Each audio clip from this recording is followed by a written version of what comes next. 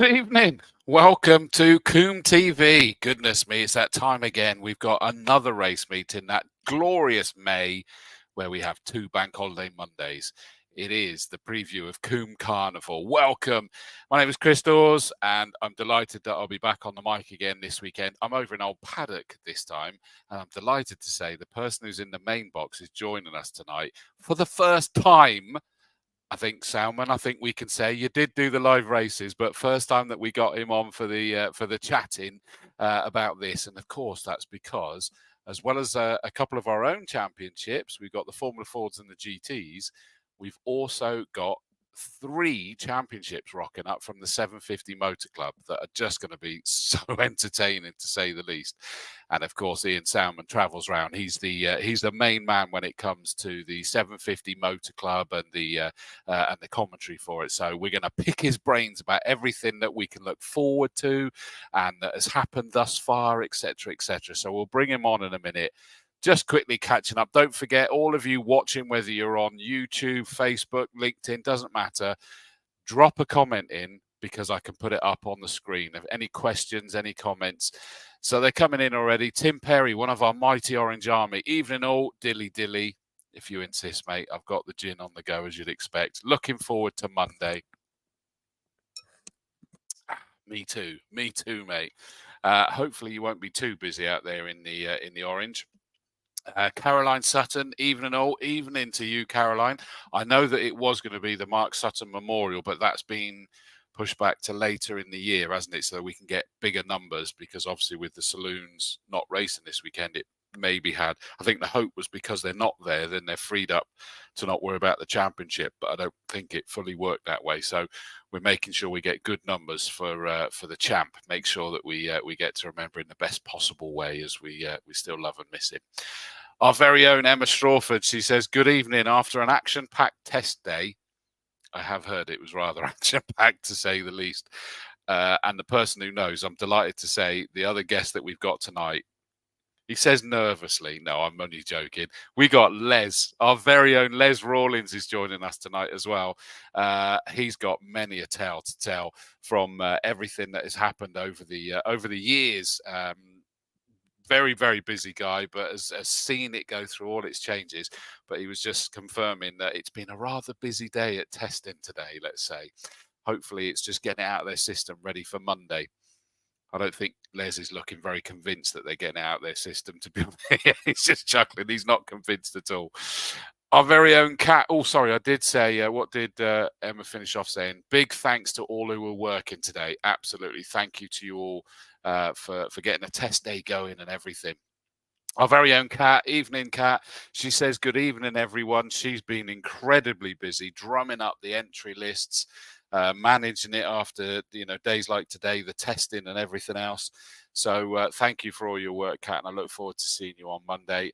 Of course, you'll be very ably assisted by Sue. Evening, Sue. Great to hear from you. I'm going to just double check this one. I love this. So Big G says, good evening. When given the choice of a day out for his birthday, my now 8-year-old chose a race day at Combe. That is legendary. I'm so pleased to hear that. Can you shout out to Niall, please? We can't wait until Monday. Happy birthday, Niall. And you the man. You're choosing the right thing, my friend. That is absolutely the way it should go. Get yourself down to a race day at Combe. That's how we all started, is that we would be there watching. 5 years old up at Quarry Corner with me dad. That is where the addiction came. Talking of which, I'm really chuffed about Monday. My parents are coming up to visit us this weekend, and my dad's coming with me on Monday, so he's going to be in the commentary box over at Old Paddock with me. He hasn't been with me for a little while now because he's really busy and in retirement, I hasten to add, but don't go there. But he's actually joining me. But yes, I was there. So Big G, Niall, welcome, and I look forward to you joining us on Monday, guys. And happy birthday to you, Niall. Robin Nathan says, evening, Chris. Looking forward to Monday. 100%. Cannot wait for that one at all. Oh, no. Lewis Bird Motorsports says, good evening, everyone. I hope all is well. Not feeling too well at the moment, but I'm hoping to be okay for Monday. Dilly, dilly. Dr. Dawes says, try a bit of gin. It helps get rid of all your ailments, Your Honour. By the way, don't quote me on that. That might not strictly be true, but hey, it numbs the pain. That's the main thing. Robin Nathan says, Les, 20 minutes Rawlings. He's not wrong. Les always will get. I hear the radio message. Yeah, it'll be ready in 20 minutes. It'll be done in 20 minutes. And he tries his darndest to make sure it is. I love that one. Goose Mark Bryant says Combe TV and darts and trying to have a convo with the missus. Not really working. I feel like you're getting me in trouble there, Goose, and I'm mildly nervous about that one because you still took the time to write that message. But welcome, mate, and I hope you're enjoying your break there as well. James Peach says, very exciting. I'm coming along Monday to see what Carnival is all about. Hopefully be racing with the ITS for 2025. Trying to think, what could that be? I'm not sure. Not sure what that is that you're racing with there, James. Is that the Formula Fords, maybe? Should that be FFs? I'm going to get a message, aren't I? Oh, hang on. Smart ass Sowman's going to know. GTs, of course it is. Thank you, Sowman. Show off. Stop smirking. I can see you chuckling, that smirking in the background there. Racing with the GTs in 2025. I like that one. In fact, he has corrected it because he said, for the GTs for 2025 JC Performance. So yes, he does know. James, welcome, mate, and enjoy it to check it all out. Joe Shingler, good evening all. I've been planted at Quarry Corner on Monday.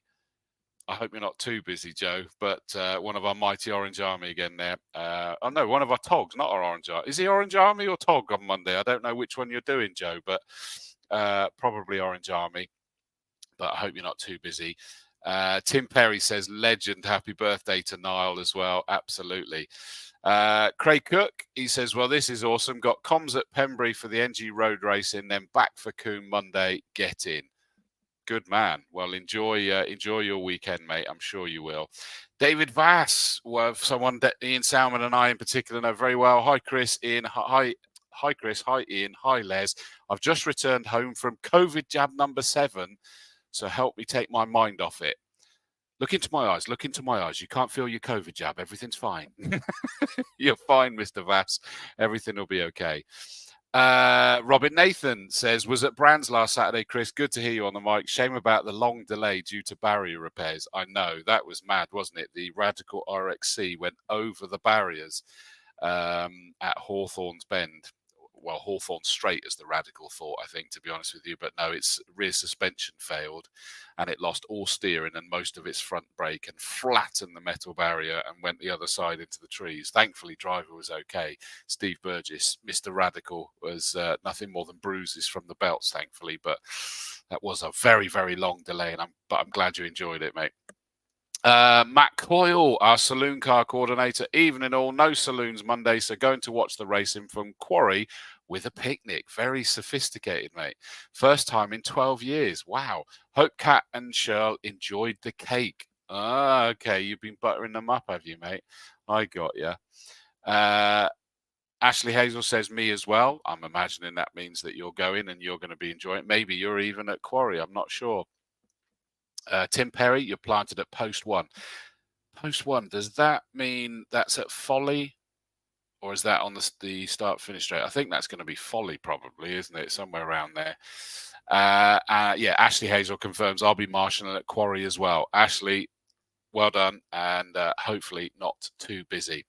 Right, let's get our first guest out. It feels wrong to call him a guest. Both of tonight shouldn't be guests, really, because they're well established here at Castle Combe, as we know, but both of them are definitely guests on this show because they've managed to avoid it to now. But the first one up is we're going to have a look at the 750 Motor Club stuff with the main man, Ian Sowman.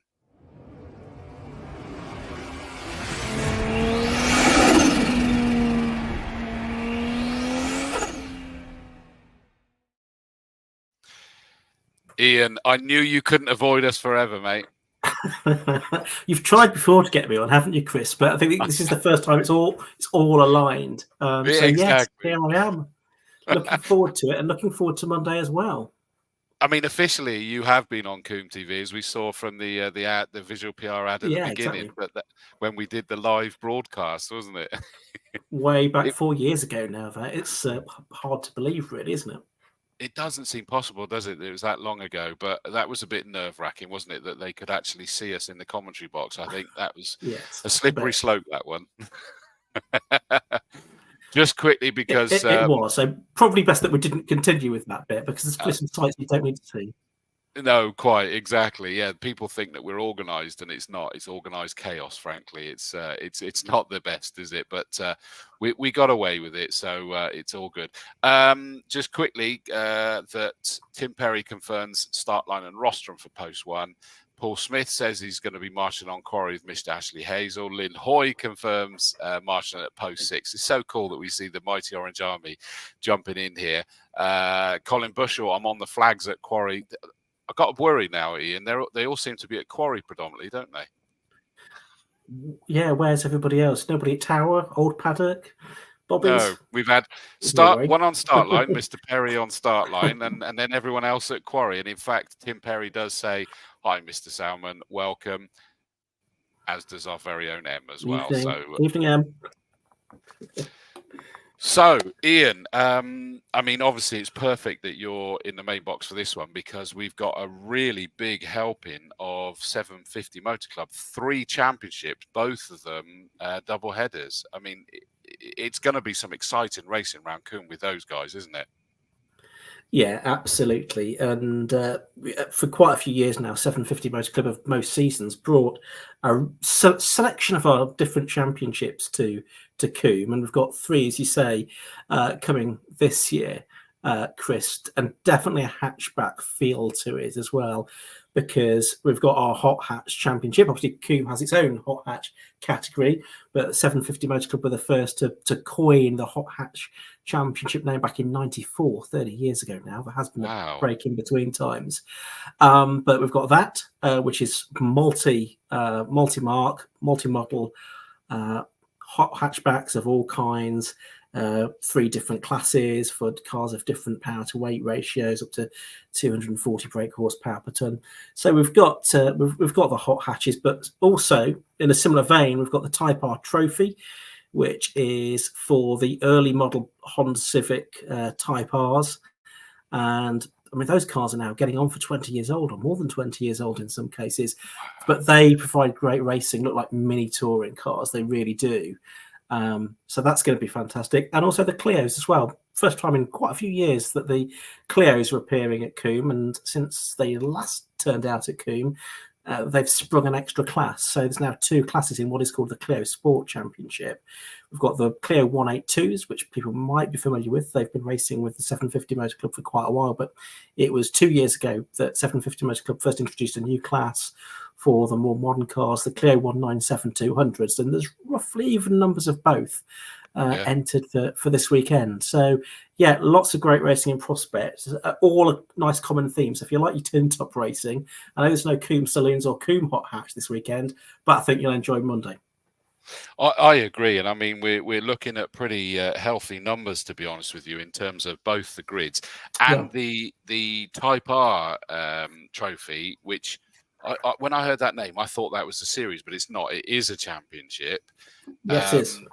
They're going to be doing the grid walk as long as we manage to have it, which regularly seems to get kiboshed by delays or weather or something. But that will be a good grid walk because it's even in the program. I've seen that we got the photos of all of them, and they're just wonderful looking cars. No, I mean, I think that's something that applies quite widely across club racing these days, but particularly with Type R, is the great effort that goes into producing really great liveries for cars these days. Obviously, use vinyl wraps a lot more to achieve that, but they look really good. And I think the Type R, just the shape of it, the look of it, it looks like a really sporty hatchback, doesn't it? It looks the part as well. So I think that's going to be a really good, interesting grid walk. I'm sure that the spectators will enjoy getting up close to the cars, but also chatting to some of the drivers as well, some of whom have been racing with 750 Motor Club for quite a long while, and some newcomers as well this season. So there's a real range of drivers within the Type R Trophy. And once the grid walk's finished and the racing gets underway, I think people will really enjoy that, because It's very competitive indeed. The times, I'm sure we'll see in qualifying, will be very evenly matched, and we should see lots of great racing, I would think, over the 2 races that we have. I'd agree. And again, like I say, is that the numbers, I didn't actually count them up, but 6, 8, 10, 12, 14, 16, 18, 20, 22, 24, 20, about 25 rough figures of the Type Rs. You know, one make series. I mean, it's going to be so entertaining. And they're a proven commodity as a race car, because as we see them supporting the TCR Championship as well. They are a touring car. There's no question about it. Yeah, absolutely. The Type R Trophy is the sort of 750 Motor Club's interpretation of all of that. There is, as you mentioned, the Civic Cup, which supports TCR. That was run initially by 750 Motor Club a good few seasons ago. Then you've got the racing Hondas as well. So Hondas, Civics in particular, you'll see a lot of them out in hot hatch as well. And you look at almost any club race meeting you go to these days, there'll be a Type R in something, whether it's in the classic touring cars or the classic and modern motor club saloons or whatever else it might be. People will race the Type Rs because they are proven racing cars. The nice thing about the Tegiwa Type R Trophy is that it is very much aimed at the sort of the budget end. I mean, the 750 Motor Club is the home of affordable motorsport. And so it's really about keeping a tight control of the regulations and therefore a relatively tight control of the costs. No motor racing is cheap. Let's be under no illusions about that. But it is at the affordable end of the scale. In terms of a bang for your buck sort of calculation, I think it comes out pretty favourably, to be honest with you, and that's helped by the regulations and the way that they're set. There's a pretty sort of standard list of things that you can do to these cars, what you're allowed to do with them. So it is very much about driver ability, more so than sort of setting the car up yourself. That said, there are a number of established teams, DH Racing, Motion Motorsport, that sort of run multiple cars in the championship. I mean, it sounds ideal to me. I mean, I always get a little bit bittersweet because obviously living in Swindon is that Honda disappeared on us somewhat, but it was a big deal. And it's one of those ones I've always thought with the Civic is that I've never been, I think I'm showing my age a little bit, a huge fan when they throw on big appendages on the car with the bodywork. But I have to say, the Civic Type R, it works. Even the newest one that they've done that was even bigger again. And I looked at it it still works. It does. It looks okay.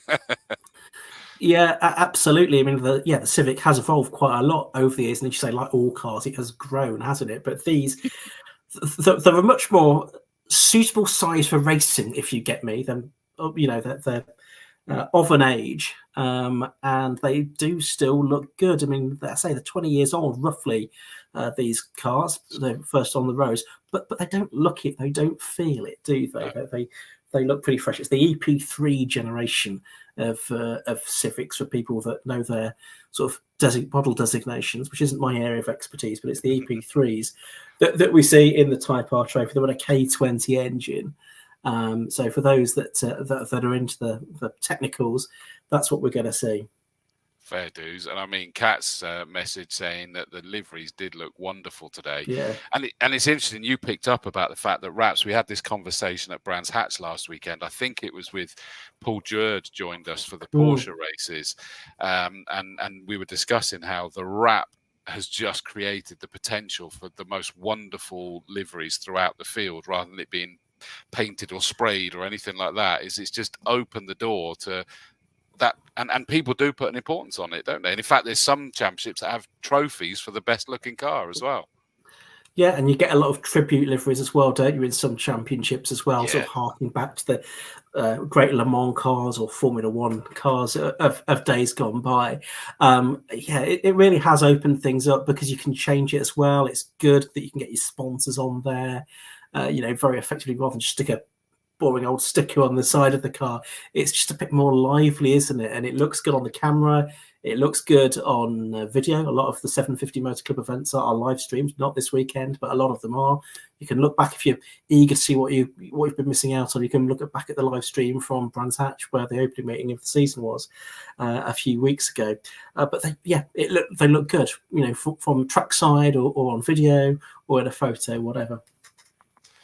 No, exactly. I'm just going to quickly share the screen because I've got the program that will be available from like the race shop and various stands around, and it's got a page in there that is specifically for the grid walk that just shows all of the Honda Civics that are going to be out there, and A, the numbers are good, B, the liveries are brilliant.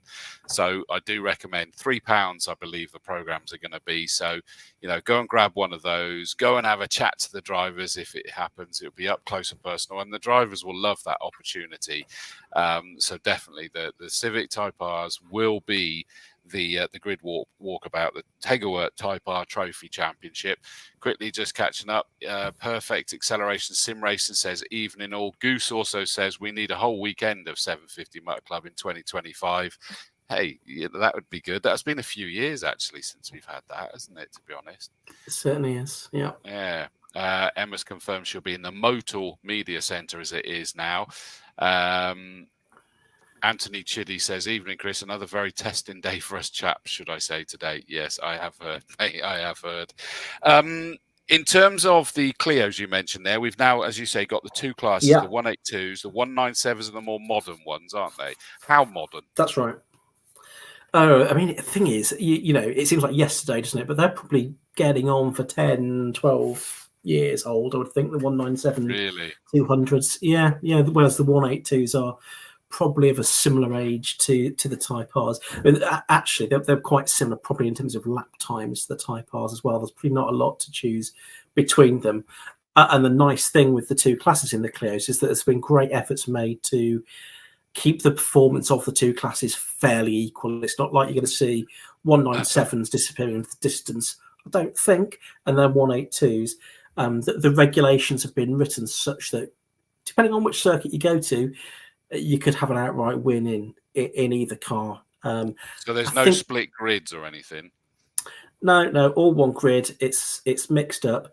There's points scored within the individual classes. So last year's champion was Chris Lawrence, and he was actually in the 182 class, and I think he won 7 races in that class on the bounce at the end of the season.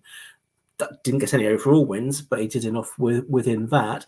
But he was always there or thereabouts, top 4, top 5, top 6 overall. So there's not a lot to choose between them. So you'll see the different shapes of car together. The 197 a bit bigger, 182 not quite as big. Again, like we're saying with the Civics, they've grown over the years, these Clios.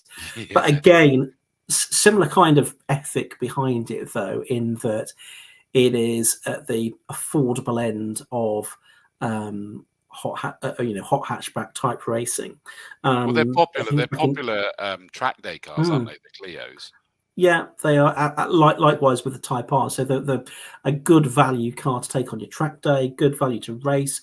Of course, back in the day, there was the sort of main TOCA supporting Clio Championship as well, supporting the British touring cars. So I think they're a shape that people like, the type of car that people like and enjoy seeing. And again, I think back in 2015 it was that the championship was first inaugurated for the Clio 182s as it was then.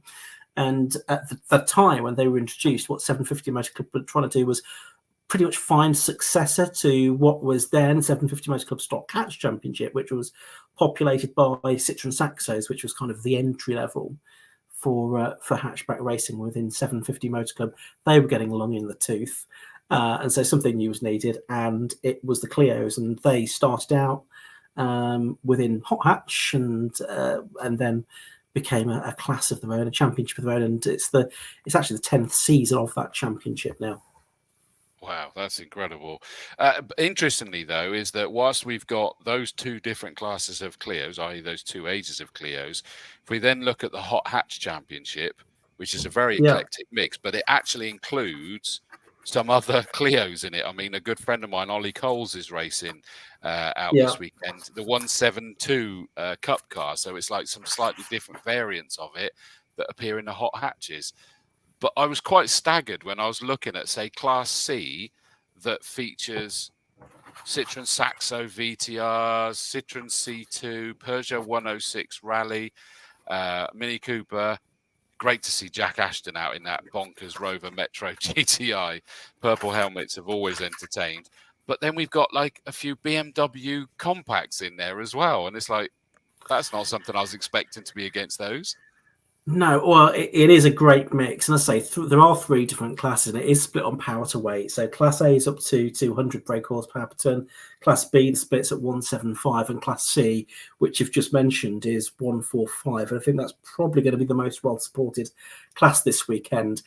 You mentioned there's some Saxos in there. So those were the kind of cars that came out of the Stock Catch Championship until that was discontinued when the numbers eventually dwindled away, and sort of Class C was created as the home for those cars that survived. And there are still a few of them, but it also very neatly picked up cars that were basically eligible for Compact Cup, which again used to be run by 750 Motor Club, now run by BRSCC.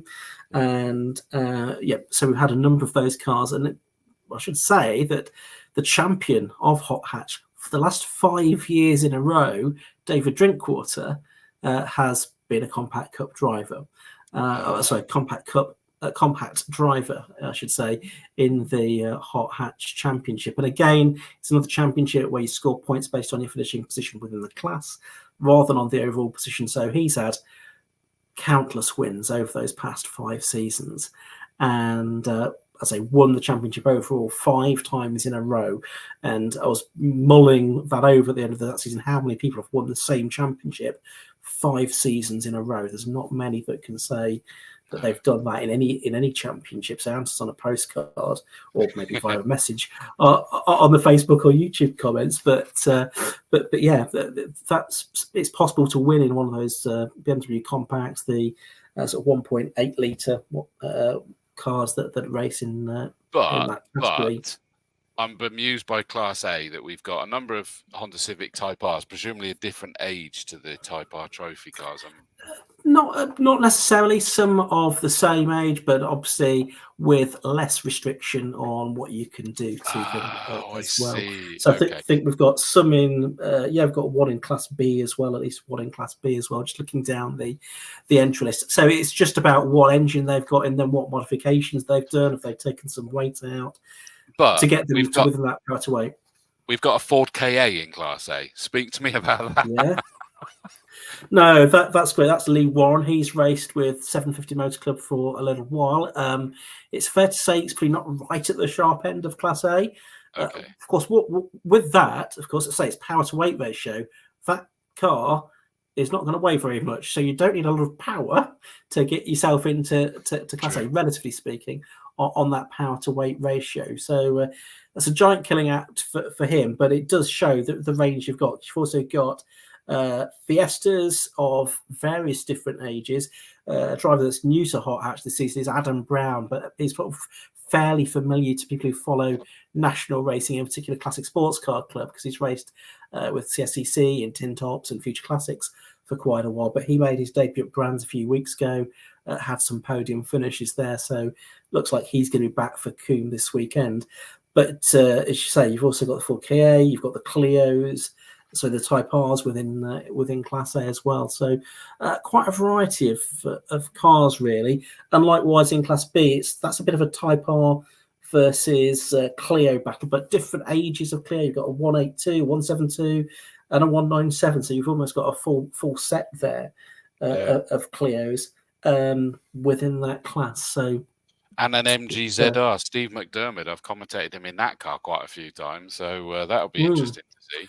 Yeah, we usually see him out in M. Jonas Club, don't we? I think we see Steve out quite a lot. So yes, I think it's the Hot Hatch grid is one that's got a lot of potential to provide some very good racing across the different classes. Be interesting to see if Shay Kavanagh is able to repeat his form from Brands Hatch, because he won all 3 races there. They had a triple header at Brands Hatch, and those were his first 3 outright car wins as well, in a car that his SK Motorsport team prepares. And I think his teammate Mohamed Benladar also was on the podium as well during the course of the weekend at Brands. So that's a good development for Shay from both a driver and team perspective as well. I'm gutted though that Archie Stein's not going to be there. I loved looking at the championships table and saw that a Honda CRX. That for me still is one of my favourite championships of years gone by. The Honda CRX Championship, the Dunlop Rover 216 GTI Championship, all around the same time as the TVR Tuscan Challenge and the Birmingham Super Prix and things like that, just all come flooding back. No, absolutely. In fact, the Honda CRX was a great championship, late 80s, early 90s. Wonderful one-make racing, absolutely bonkers. And it's a shame that Archie's not going to be there. I think his car was very badly damaged at Brands Hatch in the start line incident there, which is a real shame, because those cars have a certain scarcity value about them now. So it's a great shame that Archie's not able to be out this weekend. It is a real shame. So plenty of cars that are going to be out there. I mean, just quickly picking up is that a comment I missed earlier is that Goose said EP3 Civics are mega. I've had 2 of them. Evening, Lynn. Lynn Bates says, good evening, Chris and Ian. Evening to you. Dave Wickham says, I'll be waving flags at Quarry Corner. I'm really worried that everybody seems to be going to Quarry Corner. I think we need to go on to Richard Beard, don't we? There's something gone wrong with his allocation. Yeah. Absolutely. Jamie Peters Ennis says, even an old Clios are an amazing car. I was lucky to drive a Gen 3 Clio Cup car, and it was like a giant go-kart. I'm thoroughly looking forward to Monday. We'll be armed with the camera. The racing will be top-notch. And you know that as well as we do, Ian, if not even better. Because you follow this around. I mean, looking at these ones we've got here, they all raced at Brands Hatch. The PBS Brakes Hot Hatch had a triple header. Yeah. The K-Tech Racing Clio Sport Championship and the Tegiwa Type R Trophies both had double headers at Brands. But your enthusiasm for everything 750 Motor Club just never wanes. They really put on a great show and an eclectic mix of championships and cars and races. That's right. I mean, there's something like around 20 different championships or series that 750 Motor Club is involved in running these days. I wasn't at Brands Hatch, but it was a very good meeting, as I saw some of it on the live stream from home. But yeah, we've got very much a tin top feel to what we're offering on Monday, but there's a full range of championship. You've got single seaters that 750 Motor Club run, so I'm looking forward to Saturday week heading to Alton Park, where I'll see the F1000s, the Jedi single seaters, which, some of the quickest racing you see anywhere in the country. So that should be great fun. But also Formula V, lots of different sports car championships from bike sports. Again, massively quick cars, and Radical Motorsport having some involvement in that championship now as well, down to things like low cost, the sort of 7 style cars with a 1300cc Ford cross-flow engine. You've got, other types of endurance racing. Before we came on air, you were talking about the Club Enduro Championship. You commentated on at Brands last weekend. They had a race at that MSVR meeting. There's historic racing from sort of historic 754, which is again going to be on at Alton Park, where I'm a week on Saturday as well. So there is something for everybody within 750 Motor Club. And as a general point, there's 1 or 2 exceptions, but entries are holding up pretty well this season. The sizes of grids are holding up reasonably well, because that's, I think, every year for the last few seasons since COVID, really, race organisers have just been a bit worried about the size of grids and that kind of thing. Are we going to get the bums on seats this year? And touch wood, that it has held up for this season and across the majority of the championships and series that 750 Motor Club run. I think it's the making it affordable. Do you guys still have the low cost championship? Yeah, low cost, I say, the 1300cc Ford cross-flow engine cars. Yeah. Again, that's a great entry point, because that was originally conceived out of a book by Ron Champion, which was called Build Your Own Sports Car for as little as £250. Now, I don't know whether anyone actually ever achieved that, and you probably couldn't do that now. But that was the basis for the book. So there's a set of plans, set of parts you need to buy, basically bits out of old Escorts and Sierras and that kind of thing. Put it all together, and you've got yourself a racing car. And that's been with 750 Motor Club coming up to 25 years now. It's also spawned a big brother. I don't know how that works biologically, but we'll go with it. Which is the Mazda 7 Championship, which is the same chassis basically, but with Mazda MX-5 running gear, so a bigger engine, 1.8 litre engine, and about 6 seconds a lap quicker. And that also provides good racing. The nice thing is they've both got roughly even grid sizes in sort of mid-20s to high 20s this year. Well, so because it's that's good news. affordable, isn't it? It's affordable and exciting racing. I mean, I'm hosting the Castle Combe Racing School tomorrow at the circuit, and the debriefing after people have done their experience, and we do, award the driver of the day, and people suddenly go, I want to go racing. And I kind of go for both ends that we talk about. Bear in mind it is expensive, however, they're affordables, and the low cost, which is spelled LOCOST, isn't it? Is that right? Yeah, I think that's the right way it's done. And I use that as an example that it is what it says on the tin. It's designed to get people into it. And the nice thing is with low cost and Mazda 7s, which I say is the big brother, it is something that you can do yourself. You can build the car yourself. You can prepare the car yourself. And a nice illustration of that actually is in the Mazda 7 Championship. Not that they're racing with us this weekend. One of the drivers who built and prepared his own car for 2023 with the help of his dad actually wrote a book about it. A guy called Ayrton Rogers, who's actually from down in the southwest, from Devon, and he wrote a book about it, which I've just finished a couple of days ago, about the whole process of building the car, preparing the car, going testing, and then racing throughout the whole season. So maybe for someone who's looking for some inspiration about getting involved in racing themselves and maybe interested in building a car, that's something to look up on Amazon. It's called One Tire Fire by Ayrton Rogers. So have a look at that one. It's a really good insight as well into what it's like to race with the 750 Motor Club, because he very well captures the camaraderie that you have within the paddock as well, and the friendliness, and how drivers support one another and help one another to get onto the grid and that kind of thing. So that's worth looking out for. We want everybody on the grid, and that's the spirit. And someone made a good point to me. I can't remember who it was that said it now, but that more and more of the clubs are trying to put as much effort into what goes on in the paddock as what's on track, because you actually spend more time in the paddock than you do out on track on a race weekend anyway. So, it kind of makes sense. Before we move on to, I want to do a quick sort of make sure people understand your background a little bit. And I know I've got Les waiting, so I won't go on forever. I'll be with you, Les, in a minute. Les, I'll be there, mate. Thumbs up. 750 Motor Club. Why? What's it called?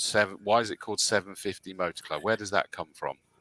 Very good question. So it's actually the 85th anniversary of the 750 Motor Club this year. It was created back in 1939, just before the outbreak of World War II, which is fantastic timing, clearly.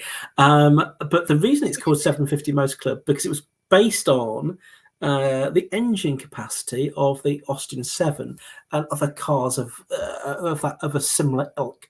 So Austin 7 engine capacity was 747, call it 750cc.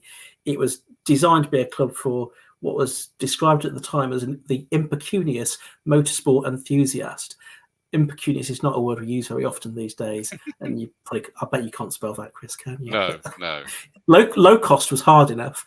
But no, that was what it was designed for, and that's where it came from. So 750 came from the engine capacity of the Austin 7.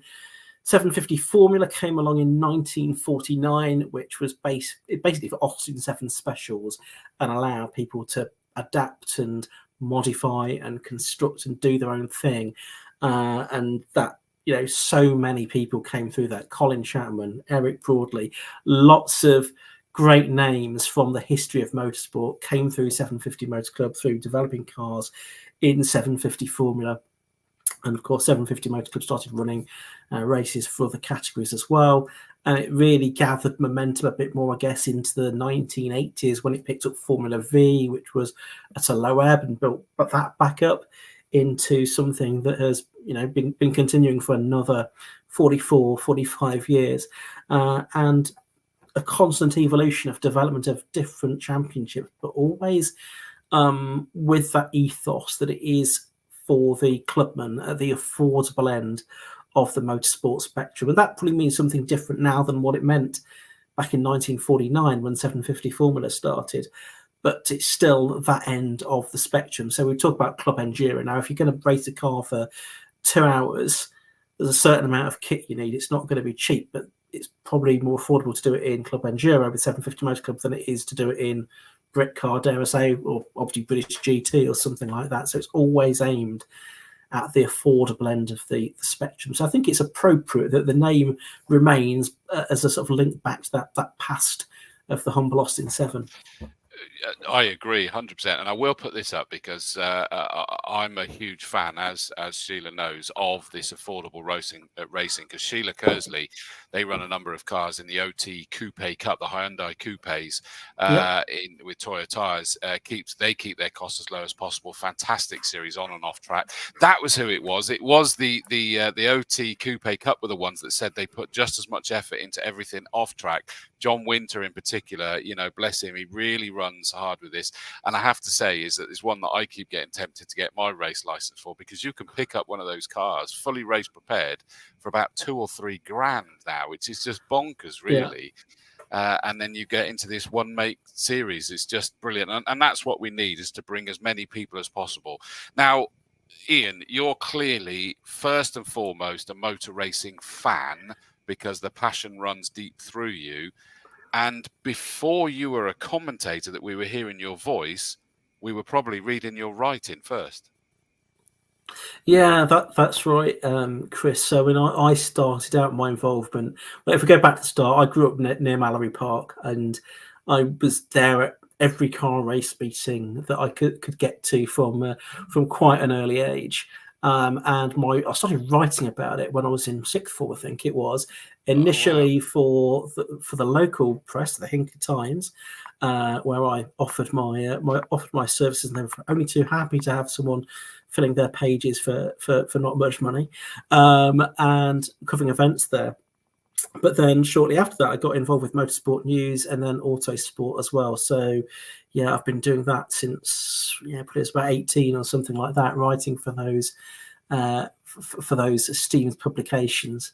I have to say I don't do as much of that now, because I'm doing more of the commentary, and I think when you get to 45, you can't do what you could do when you were 25, and you need to have a few weekends off now and then, especially when you've got a busy week. So not doing quite as much of the writing now, but certainly I very much enjoyed doing that for in excess of 20 years for Motorsport News and Autosport in particular. Sadly, they don't cover as much national racing, do they? I mean, I know you probably can't comment because you got to keep your powder dry, but I think it's many people say it's such a shame there's not enough written coverage of national motorsport. But I suppose the problem is, Ian, to try and be a devil's advocate, there's a lot to write about. There is a lot of it, and I know that at Autosport in particular, they will be prioritizing events, the bigger events, the better events over each weekend to give them the coverage. We probably are all aware that the print media has shrunk, it's contracted a lot over the years. And equally how we consume motorsport has evolved, whereas how many people now are going to wait till Thursday to find out what happened in the sort of 750 Motor Club race meeting or the Castle Combe race meeting. They're probably either at the circuit, they might be watching a live stream now of club racing as well. That's something that you couldn't do even 5 or 6 years ago. So the way people consume motorsport is different. It's a shame there's not more written press coverage, and certainly not as much as there was. But I think it's an inevitable evolution over the years. And of course, following up things on social media, live timing as well. There's lots of different options. But certainly I enjoyed the years that I've been covering events at Mallory and at Combe and up circuits up and down the country for those well-known magazines. Well, I mean, just to make sure everyone knows, because I know I take advantage of this fact when we get to the pointy end of a season, by trade, you are an accountant. Yeah, that's right. So, I've been qualified as an accountant for, again, more than 2 decades now. So wow. I'm fairly comfortable with a spreadsheet. You are. Which, as you say, comes into its own when you get to the end of the season. We're trying to work out drop scores and how many points can they score within that class? Because there's only 3 starters in that class, so that means they can't get full points, and all of these kind of discussions that we have. Because when we're commentating at the end of the season, we want to bring you the news as soon as we can that X driver is the champion, or has just missed out, or whatever, because that all adds to the drama, doesn't it? If you can do 100%. that, it's all very well. We can enjoy races for the entity that they are, the individual race that they are.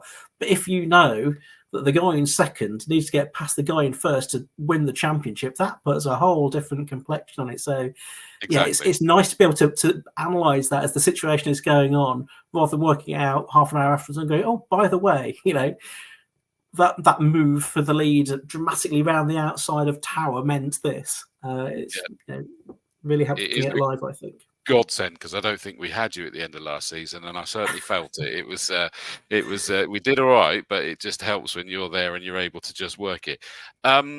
Where did and again, I'm conscious I'm going to move on to Les in a moment, and then you've got to eat and everything. But just a final one, then, Ian. Where did the commentary opportunity come from? So again, like I say, I've watched a lot of club racing over the years. Grew up at Mallory Park, listening to a lot of Andrew Wilco, the voice of Mallory Park. So certainly he was a bit of an inspiration. But I got involved in commentating for the first time again, just over 20 years ago. Had the opportunity to commentate at the Plum Pudding meeting at Mallory Park when the Midland Centre of Park took over that. So that was an opportunity I took with both hands, because they didn't have anyone else to do it, basically. And then the word spread, oh, I hear you're doing some commentary now.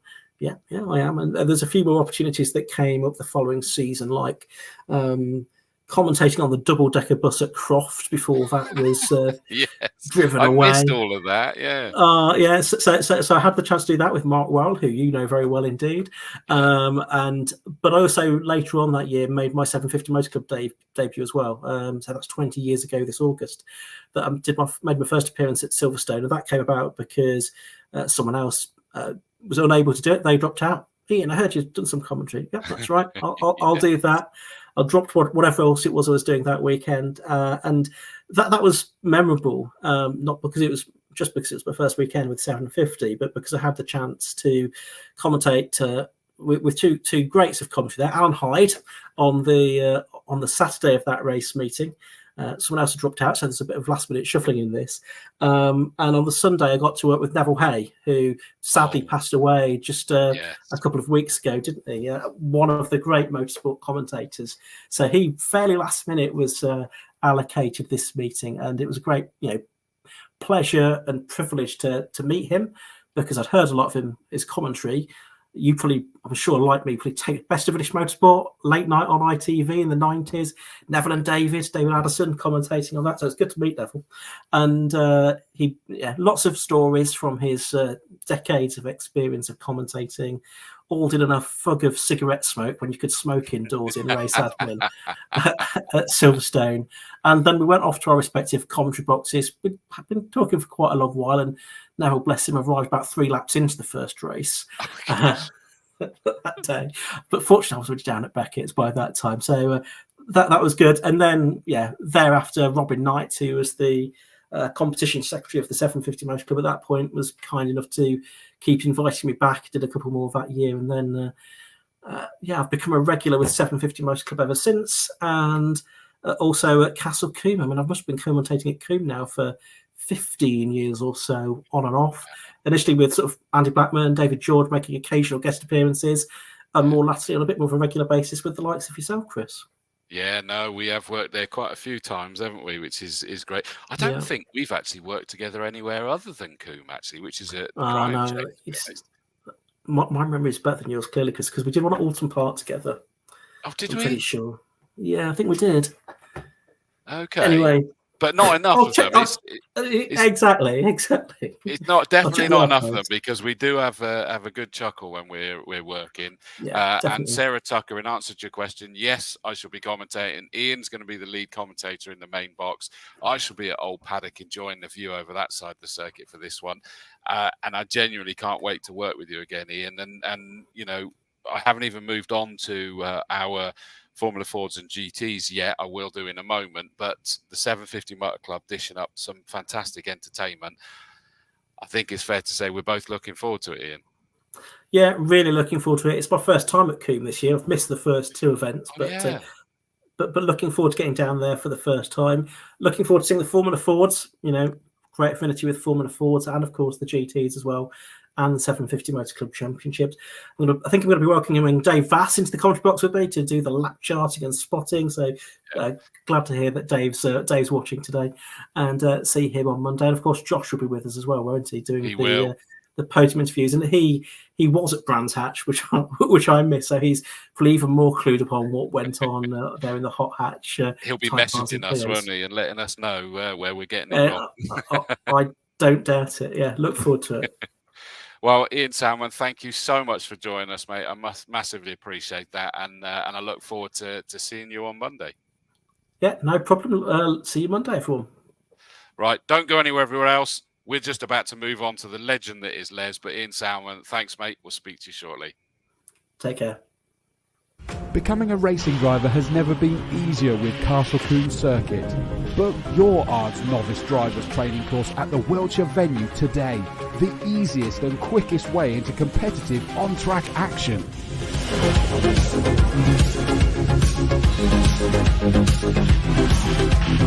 Welcome to Castle Combe. My name's Alan Cooper. I'm the Chief Driving Racing Instructor here at this circuit. We're here today to do the Novice Driver Training course, often known as the ARDS course, which is the first way to start off and get your racing driving licence. So, no further ado, let's get on and show you what's involved.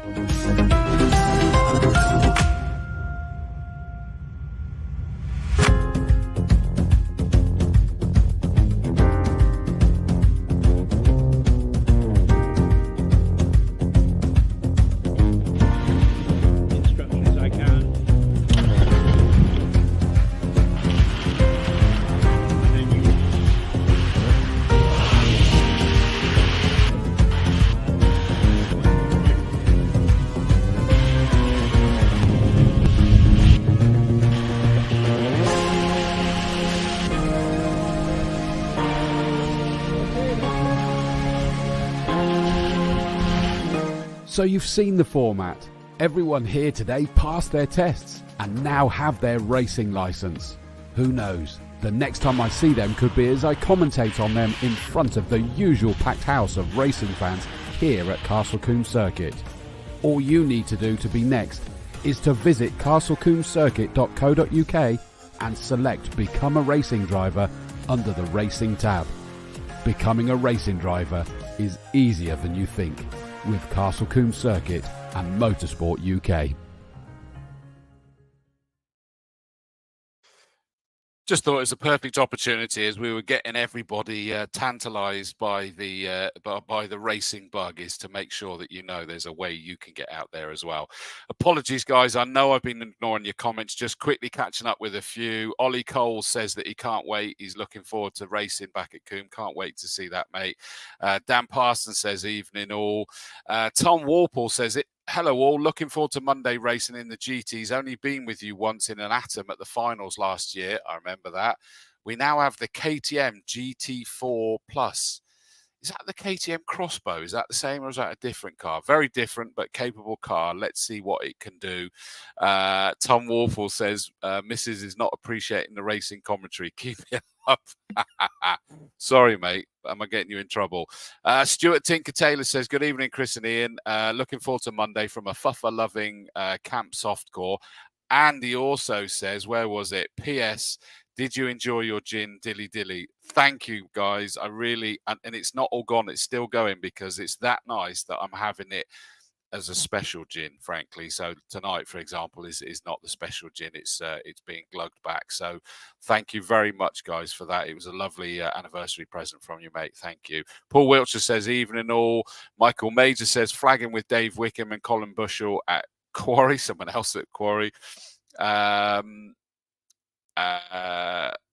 And Goose says that the KTM is a right weapon. Absolutely. Sarah Tucker says, looking forward to seeing you, Chris. Mark Ridout is making a guest appearance, not in the coupes. I did see that he's coming out, and I'm really looking forward to that, Sarah. So hopefully I'll catch up with you and Mark on Monday at some point. And Goose says, dynamic duo, me and Sowman. I agree. I think he's brilliant. I love working with Ian. He's a great guy. Right. Apologies that I've kept this guy waiting, because honestly, I think we're going to have to do another show with this guy, because there's a lot more that we can cover, even more so. But many of you will see, when there's been an incident and things need to be repaired and replaced and everything else, the main man on the scene is our very own Les Rawlings. You'll recognise most when you see the vans or the pickups or the 4x4s or whatever he happens to be in on that day. Racing crazier than the racing drivers, frankly. I'm going to bring him out. It's the main man, is Les Rawlings.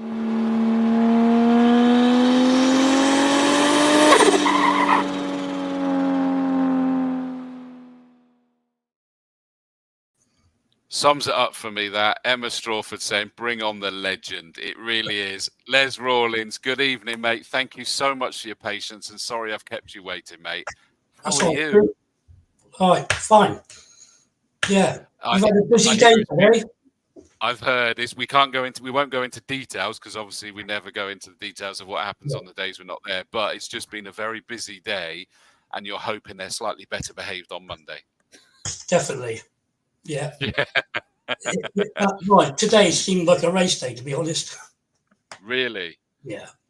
I mean, it gets frustrating for you at times, doesn't it? I mean, I'll see you tomorrow when I'm up there for the racing school, and then we've got the amateurs getting out trying the racing lines, and you have to kind of keep your cool and remember that sometimes it's a mistake rather than daftness, but sometimes you have to try and not bite your tongue, I would imagine. Quite a few times, Chris, yeah. We're under pressure. Under pressure. And I want to pick up on that because we had someone there called you Les 20 Minutes Rawlings.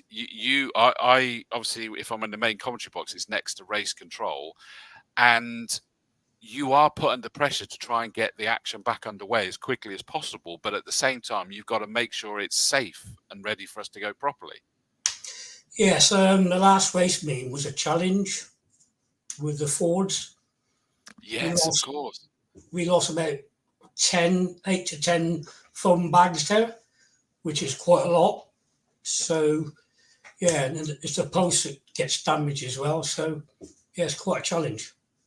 Yeah, people sort of have the misconception that it's like going, oh, the barriers have been neglected and it's been hit and it's crumbled away. It's like, actually, those barriers are supposed to give, aren't they? Otherwise, if it's like a fully static and a car hits it, that's even worse. They're supposed to give, aren't they? Yeah, they snap off and go over. It looks horrendous. But in theory, it's took the impact. So basically, if you make something solid, something's got to give. So it's either the car or the driver. So when they snap off, it's took the impact. Well, I mean, I know we've got, and I didn't realise until we had a couple of incidents last season, and I was in the old paddock commentary box, and there's a part of that barrier where it is directly against a grass mound, isn't it, basically? Yeah. So that there is actually no give to that, and it's interesting to see the difference on how a car behaves when it hits that compared to one that's able to give. Yes, it's very difficult. When you go to a scene, it looks though it's quite horrendous, but when you get into it, it's not as bad as it looks. And the minor ones are probably the worst. Because it's the time you take the foam bags away, and then you can see what's actually gone. It's a challenge, because if the Armco goes, we've got to do a temporary job to get the show back on the road. So yeah. And on that front, you mentioned about the foam bags or the Recticel barriers. The thing that I say is full of the lint from a mouse's handkerchief and the strands from a unicorn's horn, because they can hit those things and come out with minimal damage. However, I also have found there's two negatives to them as well. One, it gives people a false sense of security, and two, it can actually launch you over the top of them, can't they? Definitely, yeah. Prime example was the TT, the first race. Yep, Dave Spiller. Yeah, when he went in at quite a speed, it looked horrendous. But before that, 2 days before that, we had quite a lot of rain, which made the post go. So all he done was bent over, it didn't actually snap off or nothing. So it's quite an easy repair, really. So you just pull the post back up, back it behind, and all done. So Yeah, I mean, if you've got something soft to give, you get away with quite a lot. How does it work for you though? Because you're sort of just the other side of the Avon Bridge, generally speaking. You're waiting, and presumably you're sat there on a hair trigger, waiting for a radio call that says "go go." Yeah, so that's what we do. Go off. You don't know what till we get there. What you need a forklift. You need IAB. Could be anything. Does that mean you get there and then assess it and then call in who you need? Yeah. We've got loads of posts ready to go back in to put back. And tyres. You've got tyres stacked over. Yeah, we got tyres standby, so we need them. For example, there's over 1,000 posts around the circuit. Jeez. So just over 1,000, so that means there's 3,000 sheets of Armco. Yeah. And also we got 600 foam bags around at the moment. Is there really that many? Yeah. There's two types. I was going to say, and I will come back to that 2 types actually, because that's a valid point, isn't it? But I was going to say is that I still think that the Rector Cell has been a fabulous invention that's come out, but I always make sure people realise the appreciation that needs to go to the circuit to have them there, because I've heard varying from £250 to £500 per section of it, if you will. And dotted around, and it's like, and of course they can be hit. Most of the time they can be sort of like recovered and gone, but sometimes they are beyond repair, and yet the circuit still puts them out there to protect the drivers that are making the mistakes. Yeah, we've lost 16 bags over the last 2 race meetings. Jeez, really? You're talking now just under £1,000 a bag. Is it that much now? Yeah. Wow, that's more than I thought it was. Yeah, a lot of people don't realise how the cost they are. That's incredible. And you made the point saying there's 2 different types. One, and I think we can see it in the sort of virtual background that you've got behind you there, is the big cushiony ones, but you've then also got the thinner ones as well. Yeah, for the motorbikes. So basically, UK Motorsport doesn't say we got to have bags there. We've took it up on our own back. But when we do motorbikes, it's a different license altogether. Oh. So basically, we've got to get more bags in. So I ring Pat up at Foxton. We have a lorry load come in, and when basically he has the super bikes, he has some of our bags. So we sort of do a swap. Yeah. That makes sense. That does make sense. And how many of you are on the team? I mean, I don't suppose we can go exact numbers. 5 on the team. Is it really only that many? Jeepers. Yeah, that's all it is, yeah. How do you assess? Because again, I've heard it when all hell's breaking loose and they're trying to sort of manage the health of if someone's been involved in it, the repair job, the timetable. It's all different people are having to manage these different things in race control, and they're on the radio to you, which I'm sure can be infuriating, but I guess you know where they're coming from. How do you work out how long these things are going to take? And does it evolve? It's very difficult, because if there's a rescue's called, they got to deal with the driver. So that takes time. Once they've finished, recovery takes it away.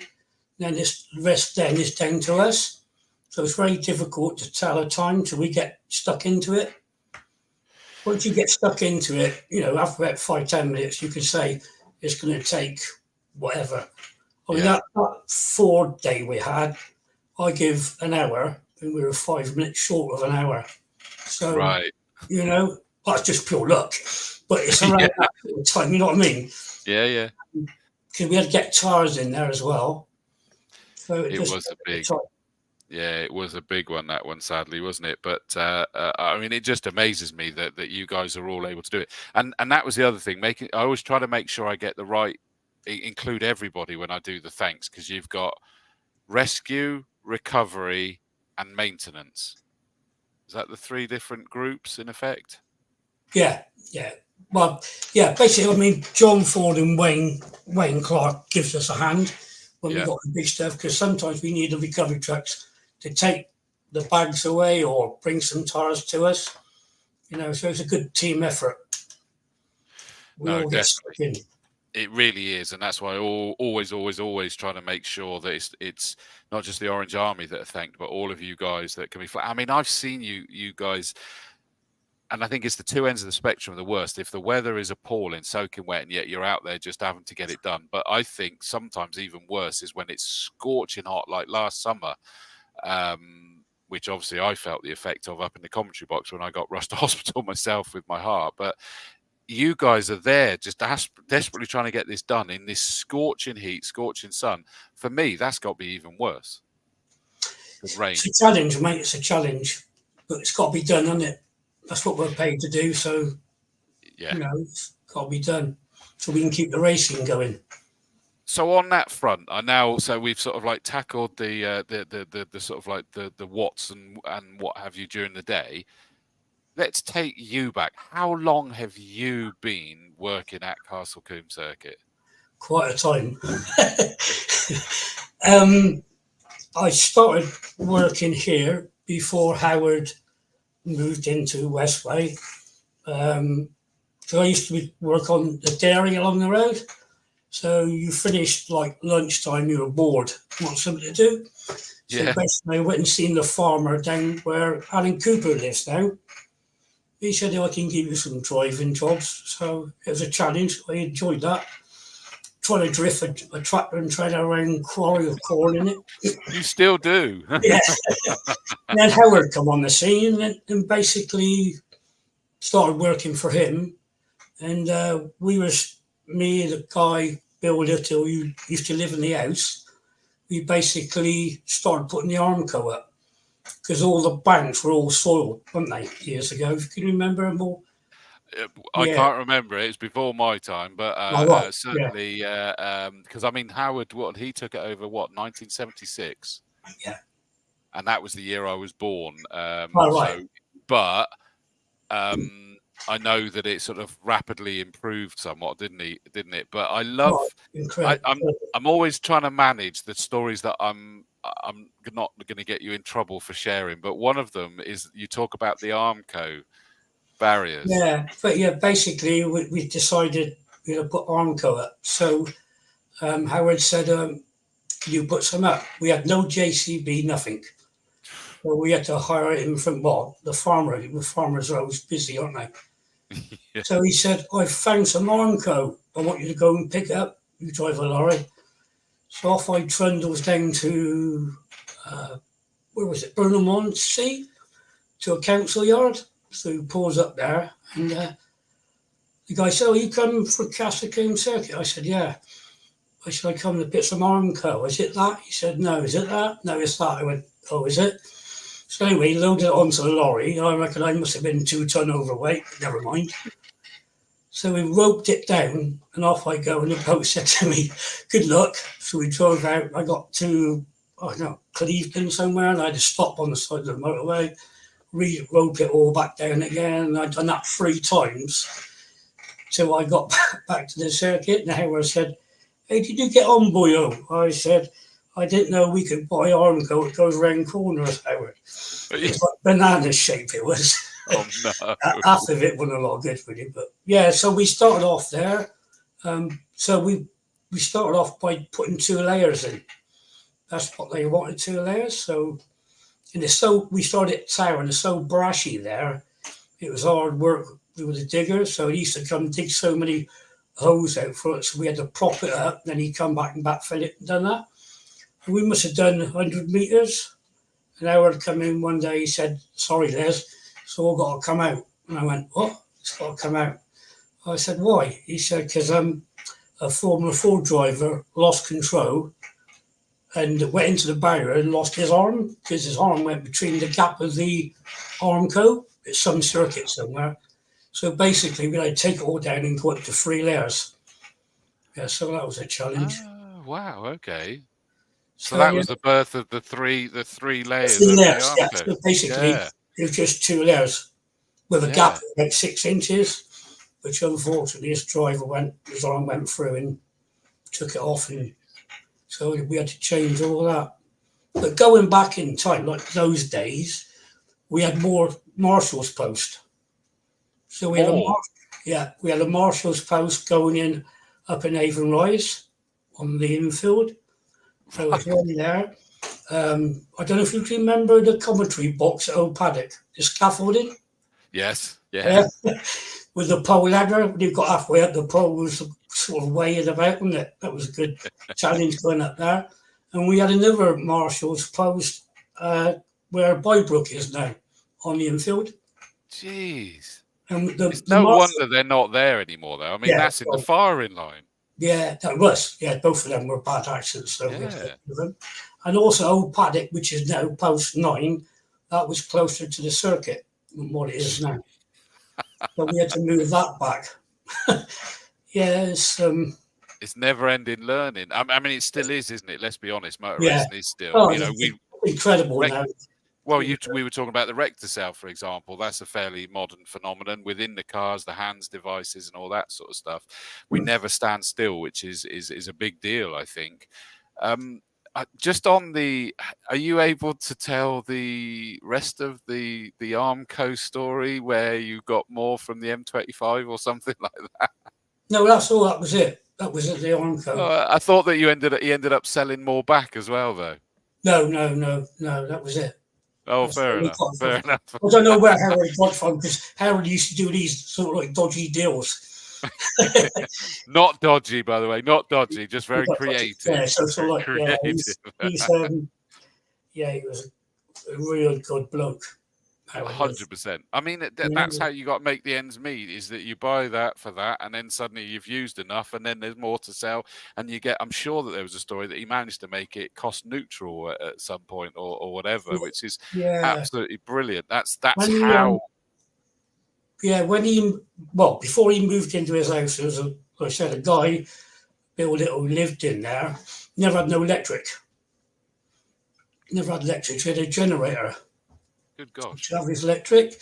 He had a few cows and pigs up there. So unfortunately he passed away, and Howard moved into there and transformed the place. So yeah, he's done well, Howard. I'll tell you a little story. It was one stage it was thought it was going to get closed down. So basically he said, can you go around and get some signatures? I went, yeah, I'll have a go. So me and another guy we haven't got loads of signatures, and one of them was in Yatton Caddo, which was against the circuit. So I thought I'll go in there. So you could see the curtains moving. Who's these people like, So it goes in there, and I can't remember how many houses. I got over half of them signed it, saying if you sign it, you'll get a free pass for the season. And he signed it. And when I give it to Howard, he was over the moon. I give him like a £2,000. He couldn't believe I got those signatures. So wow. So then obviously James Hunt went to court, got us, reprieve and continued. So yeah. Yeah, wasn't that with Kay Thomas was involved in that? That's right. Yeah. An absolute, which I don't think I ever managed to meet her, but she was an absolute force of nature by all accounts, wasn't she? Yeah. Hence we got the Kay Thomas Centre. But yeah, James Hunt was very. Where did that come from? Do you know where the James Hunt link came from? No, I don't. No. Yeah. I mean, because that's quite a story, isn't it? I know Freddie Hunt and I have spoken about it a few times, but of course he was was he even born there? I can't remember. But no, he was born then. No, he wouldn't have been, would he? Because he's considerably younger than me. But he just has sort of inherited that affinity for Combe as well, which is really nice. Yeah. He's also inherited his dad's Playboy lifestyle as well, but that's another story altogether. Yeah. I love that. Emma's even said Del Boy Strawford with you said about how he'd make the ends meet. I mean, I shall end up saying this tomorrow because I host the briefings and debriefings before and after the different sessions of the racing school in the Strawford Centre, of course. And I always make a big point is that I grew up in Yate. What's that? 20 minutes down the road. or maybe a little bit longer than that, Your Honour. And I always say that he's my absolute hero, because he created this facility on our doorstep for me to fall in love with motor racing, for me to go and spend some amazing dad and lad time with my dad as I was falling in love with racing. And you know, it's gone on with friends, with my wife, and now my daughter enjoys it up there and everything. And he you know, he turned it into, just would constantly develop the safety, the facilities, then attracting more and more there. And that's why his name is still over so much of the circuit, isn't it? Yeah, when I started working here, we were lucky to have a corporate day and something on Saturday. That was about it, really, in those days. And obviously, like a practice on the Thursday, that was about it, really. Yeah. Very, very quiet. And then when he got here, it was just, you know, changed altogether. Yeah, because I think I can't remember what the figures are, but I do the maths in the presentation of the briefing, saying that Howard took it from, you know, 5 days use a year to, you know, in excess of some particular figure, where it's like working out, and they're still doing it. You know, the family are still growing where it can be used, which I know makes you busier, Les, but it you know, for it to survive and stay as a circuit, which is the big thing that we want, is that we want it to stay as our beloved Castle Combe circuit, don't we? Yeah, definitely. I mean, looking out the window now, we got cycling going on. So last year, well, definitely 2 nights a week. Sometimes it's 3 times a week, you know. So yeah, it's busy. Well, and we get film in there, don't we? Whether it's Top Gear, Fifth Gear, Guy Martin doing another world record attempt.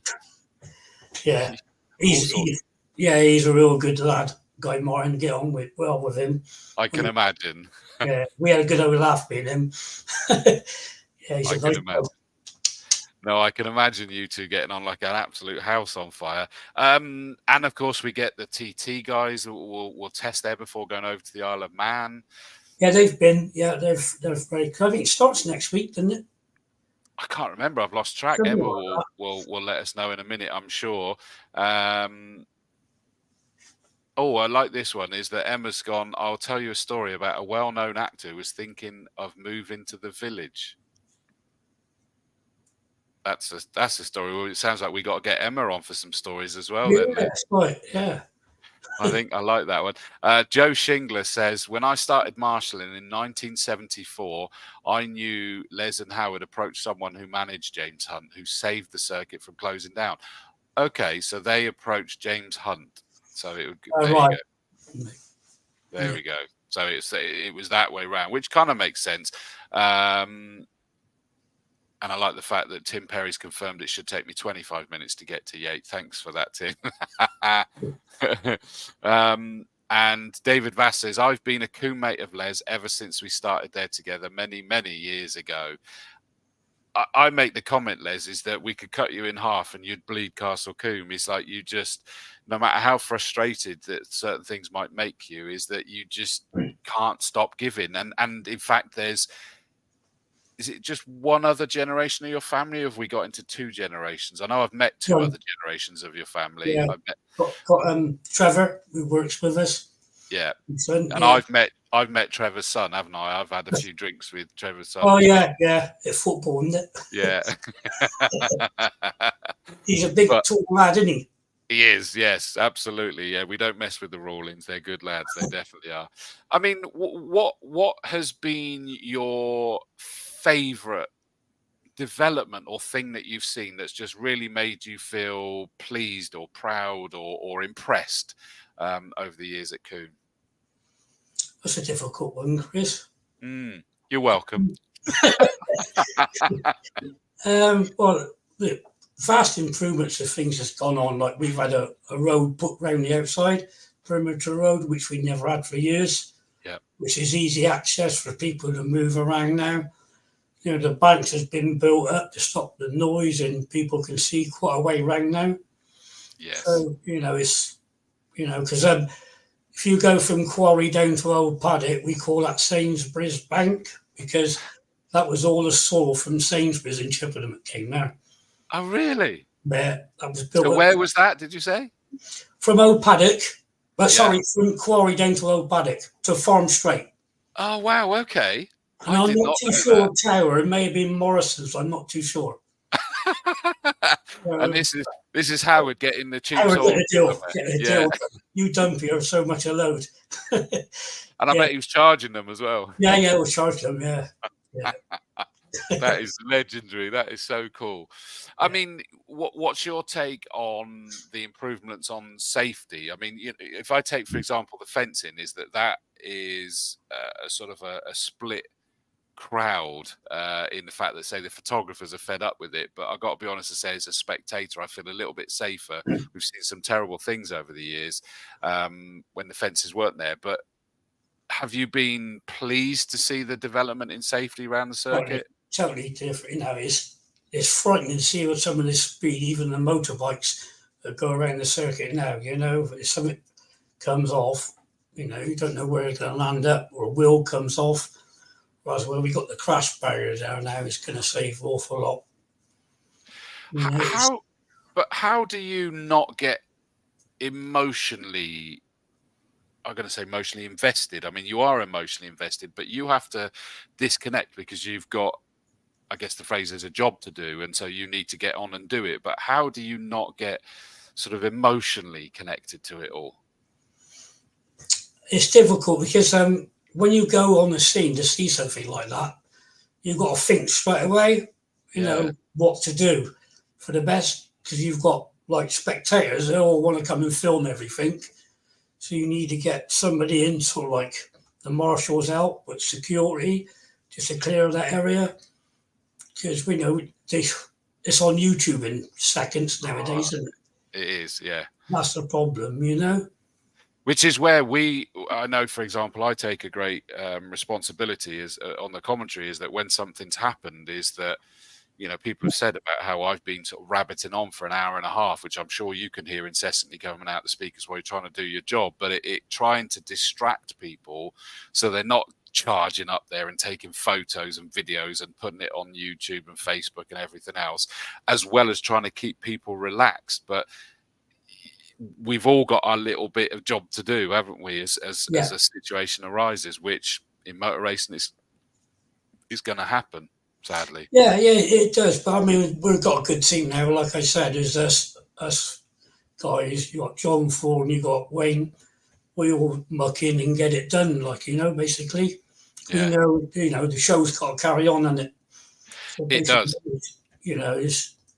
And I've got a challenge of getting Fordy on a show yet, and I reckon I will be able to get him on a show at a moment, because at some point, because he does a bloody good job as well. You all do. It's just super impressive that you do it quick, and it is constantly evolving. And in fact, Sarah Tucker says, she's asked the question, do you remember the finals in October where a wheel came off a car and scaled the fence? Absolutely. I'm pretty sure that was Jeff Ryle's car coming out of Quarry Corner on the exit. And he lost the tyre. I don't know why he lost the wheel, and it went up over the barrier, over the Sainsbury's mound, as we now know it is, and to a car the other side. I mean, we're always going to be thrown with a curveball, aren't we? It never stops. No, that's the trouble, man. Like, coming out of Quarry, you wouldn't think that wheel would travel as far as it did, would you? To be honest, obviously they come off, they gather speed, don't they? Yeah. Jumped the arm, go and bounced again, and gone over.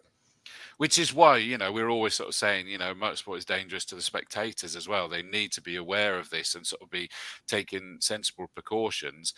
I mean, what people also need to understand, Les, is that whilst we may be sort of thinking more about the race days, and we've got, say, 10 of those a year, you're there like today, the test days, the action days, which can be some of the worst. The track days, not just the Combe track days, but other companies rock up and use it. We've got these ones that turn up with the supercars and use it, corporate days, filming days, everything. And you're there having to repair, maintain, recover, whatever, all of these things on every single one of those days. It just never stops for you, does it? Challenge. It's a challenge, mate. It's a challenge. And I know from your involvement on the board is not even just the stuff we're touching on, is that we always get to, before a season starts, we're talking about, okay, well, we need that toilet there for the marshals. We need that building that's up there but actually brought down here. We need to create this up there. We need the campsite created for the marshals. We need the toilet blocks need this, and you're involved in every aspect of the circuit. Yeah, I mean, it covers a load of jobs on a race day.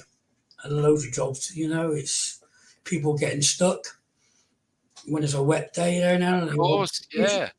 Things like the toilets, electric goes, anything. So you've got to adapt to most things. Talking of which, and I know we get asked this every race meet, is the car parking at Tower Corner back open, where they can park and watch from their car? It would have been, but we had a torrential rain yesterday, so we did, yeah, I'll have a look. What's tomorrow, Friday? I'll have a look at it on Friday, maybe Saturday. The forecast is not too bad now, so it may be okay, but we need to look at it. It's such a frustration, isn't it? I mean, we are being controlled by the weather, aren't we, on that one? And you got that sort of like interesting challenge, don't you, where you are there sort of trying to make sure that everybody's happy, but you've got to kind of go, yes, but it's got to be kept safe. It's got to be kept in order. Yeah, because my head's on the chopping block if it's not right. When we have an instance that MSH2 or UK Motorsport comes up, and I know quite a few of them there, and they just say, okay, what have you done? You happy with it? I said, I'm happy with it. You happy? Yes, carry on. So, at the end of the day, we can't afford to have a major incident, can we? No, exactly right. Right, it's people's safety. Because it's a fast track, it's, quarries are probably our biggest incident place. Yeah, is it true? I mean, again, I shall end up saying this tomorrow, and sometimes I'm kind of wondering, well, I've been told this, but is it true? Is that you hear this stat that apparently over 50% of all motor racing incidents in this country happen at Quarry Corner? Do you reckon that's just sort of like become a bit of a wives' tale? Yeah, the problem is they go over into Quarry and brake at the wrong place. Yeah. Don't let the car settle. So what happens then? They brake hard, panic, and the back overtakes the front, and they're off. Quarry is a brilliant corner. If you know what you're doing, it's a good corner.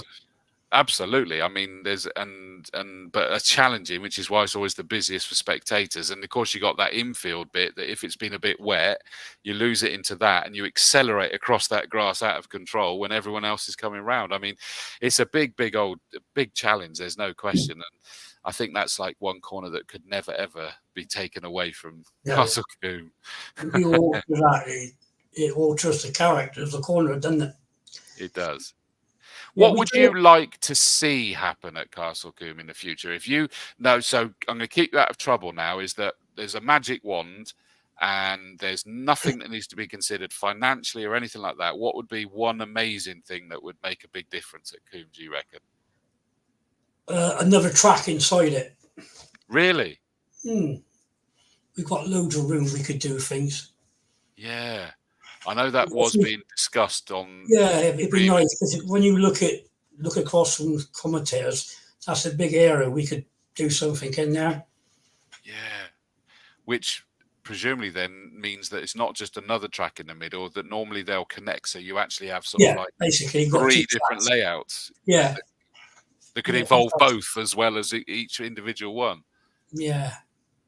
Yeah. Because at the moment, because we're under 2 miles, we only need 1 rescue unit.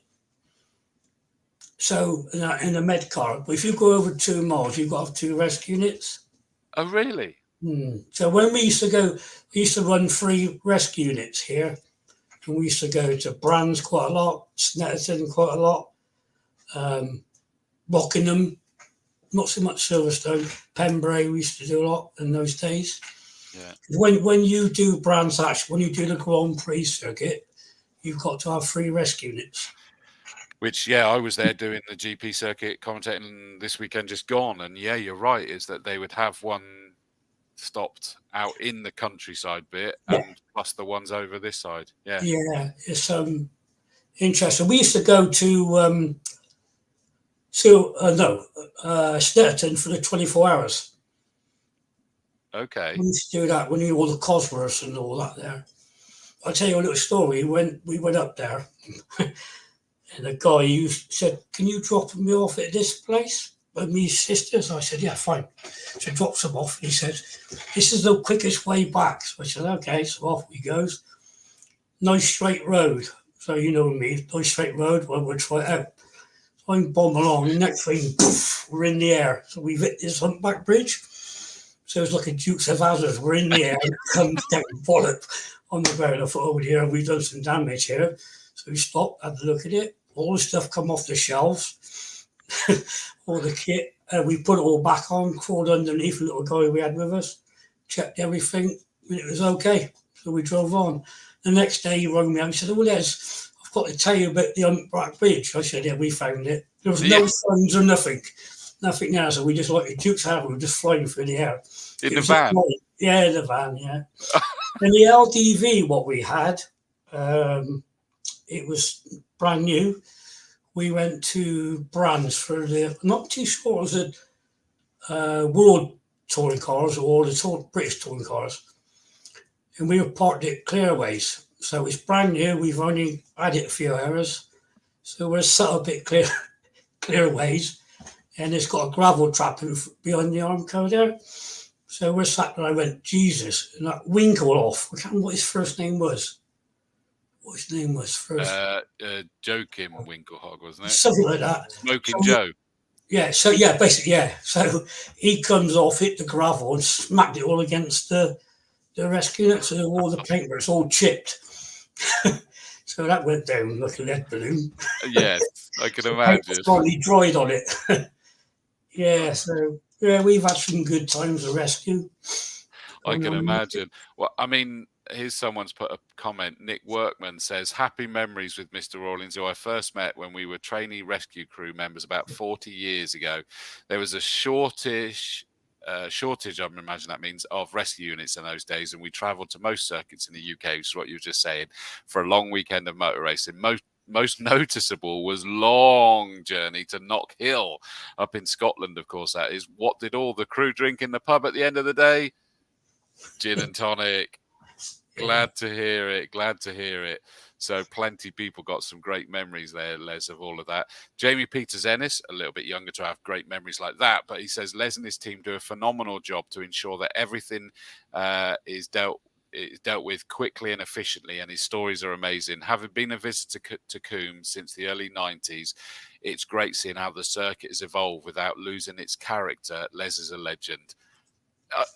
Lovely comments again there, Les, but there's an interesting point I want to pick up on, is that it's always getting that balance, isn't it, about evolving, whether it's for safety, facilities or whatever else, but somehow keeping the Combe character. Yeah, you got to be very careful, aren't you? Yeah. Because you start changing things, it loses that character. That's the problem, isn't it? It is. I mean, and that's what keep people coming back. I mean, yes, there are things that are going to be improved, going to be changed when, as money from the pandemic impact is sort of like lessened and what have you. But you've got to keep it. There was discussions not so long ago that we won't go into details about, but some of those things were like going, that's going to lose a lot of the spirit and character of the circuit. And people like you presumably have to sort of champion that, to always, people come in with new ideas and you go, absolutely, that makes sense. However, don't go that far because you're going to lose. Yeah, if you go back before we had the track resurfaced, the company that came in, I said, can we get rid of the hump on Avon Rise? And he went, yeah, we could do. I said, well, we need to change it a little bit. So we put 80 ton in there to bring it up a little bit better, because there's not a lot of drivers, once they hit that hump, they start to brake. So that lost the character. And and when we done the tarmac in 2 stages. Yeah. So we started at Bobby's and went the opposite way around, and we finished down by the start-finish line. When we done the second bit from Bobby's back to the start line, they were saying to me, what have you done at Quarry? I said, nothing. Yeah, you've altered Quarry. I said, no, I haven't. It's because Camp had more grip. So you're going around there faster, so you're going down into Quarry that little bit quicker. Oh, wow. Yeah, because the grip was at Camp. Isn't that amazing? Yeah. It's like the old, swallow the fly and swallow the spider to get the fly. You got to be careful of how it affects the ecosystem, haven't you? Yeah, well, it's strange. And when it was tarmac, it's squealing. It felt though the cars were coming off. But it was just new tarmac, wasn't it? Yeah, yeah. And the grip was there, It's a tricky one, isn't it? I mean, but I think we've always got to be careful is that we can't lose the character, but you can't unnecessarily hold on to sentiment as well, because things do have to evolve, things do have to improve. We all love a classic car, but it doesn't mean to say that it's wrong that we've evolved into the more modern kit as well. And I guess it's always trying to get that balance. I mean, are you able to disconnect from the history, the amount of years you've had there, and sort of see where it should go, or are you still well and truly in history? I got onto rescue, and every race meeting we had a cutout in those days. Of course. Because of crashes we had. Yeah. The handicap was quite a challenge, because that was quite a few things in there. Because we had one incident there where we had to cut both drivers out one day. We finished that, and we had an identical accident on the restart. Oh. So I think we had 7 to hospital that day through, And that's where it is worth improving when you see things like that. Yeah, I mean, do you remember? If you're sat in quarry, you could see from the time we went down there and parked, like we always still do now, follow them to quarry, and the speed differential from then to now was unbelievable. Really? Yeah. You can't keep up now. Not even you. Oh yeah, I can keep up, but everything's sort of basically right to the edge now, where the brakes has got better and the tires has got better. I'll tell you another little story. I had a phone call years ago. Did we want some tires? And it's Bridgestone, and I said, yeah. He said, I'll come and have a meeting. So I think Graham was with me. And he said, you want some tires? I said, are they free? He said, yeah, you can have them. So I said, okay. So he said, how many do you want? And I said, how many have you got? He said, 17,000. Oh, and I said, that's a bit too many. So I think we had 5,000. And basically what it was for the one of the big BMWs and the Mercedes. So those tires, after so many months, they're classed as scrap because they haven't sold them. So they went into a hangar over in Germany. So basically, we had those tires delivered to us, never been on a car, all marked up, everything. So we had 5 Arctic loads come in from Germany. And when they came off, they had blokes there with drilling the sidewalls, so nobody could use them. Oh, really? Yeah, yeah. How bizarre. They actually thought you were going to go and sell them.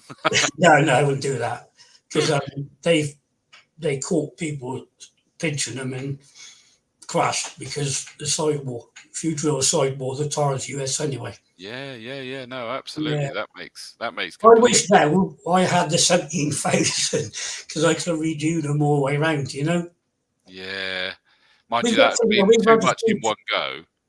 Yeah, but over the period of time, you could change them. Because the wire inside just goes, so they're weak. Then they rust away, looking the tire. Of course. So then they're not worthy. Because obviously they're still in rubber, they still rust away. Why do we still have tyre barriers as well as Recticel then? Well, if we took the tyres away, it's the issue you've got to have something quite solid. Yeah. Because if you took those tyres away, that'll be in the bag. So then the bag would hit the Armco and it would just disintegrate. Right. Okay. Because the foam bags we got now is totally different to the original ones. The original ones was designed like a jigsaw. So they were kept apart. So when on impact, they would lock in together. Oh, right. To take the impact. But this lot's not quite as much as that. So, yeah, that was what it's designed to do. It was 2 Irish guys. And on the bikes we had here, they all came from Ireland. That's how they started off. A couple of guys designed them, yeah. But they're slightly different now to what they were. So tyre barriers are never going to go away by the sounds of it. They're just as I don't important. think so. If you look at Formula One now, mate, they're deeper and deeper. Now 5 or 6 rows of them now, aren't they? Actually, yeah. They might paint them in pretty colours, but you're right. They are still there, aren't they? No, it makes sense. Nigel Eddleston Dyke says, Les, two-wheeling round Tower Corner. Absolutely. We all remember that well. Tim Perry, one of the Orange Army. Castle Combe has the ability to make everyone, drivers, marshals, all teams and fans, feel part of a unique family. And you still feel that, Les? Yeah, definitely. Yeah. It is still lovely when we get together. I know you and I have some great banter and what have you. Like tomorrow we'll catch up. Presumably you'll be there for the racing school. Then we'll catch up on Monday. Slightly different days, but we'll just have banter at the action days, different again. And we're just all part of a big family there, aren't we? Yeah, it's good laughing it. Yeah, totally. If you don't, you cry if you don't do it. I think there is that as well. Definitely there's that as well. Yeah, so you've got Les, I love, thank you so much for coming on. I know I kept you waiting for a little while and I've kept you for a long time, but I cannot thank you enough for coming on, mate. I'd still think that there's an after hours show that we could get out of you at some point. Yeah, definitely. Where the straight jackets will be off and we'll just go all out. But Les, thank you so much for joining us, mate. Chris. I shall see you tomorrow, and everybody at race day shall see you on Monday.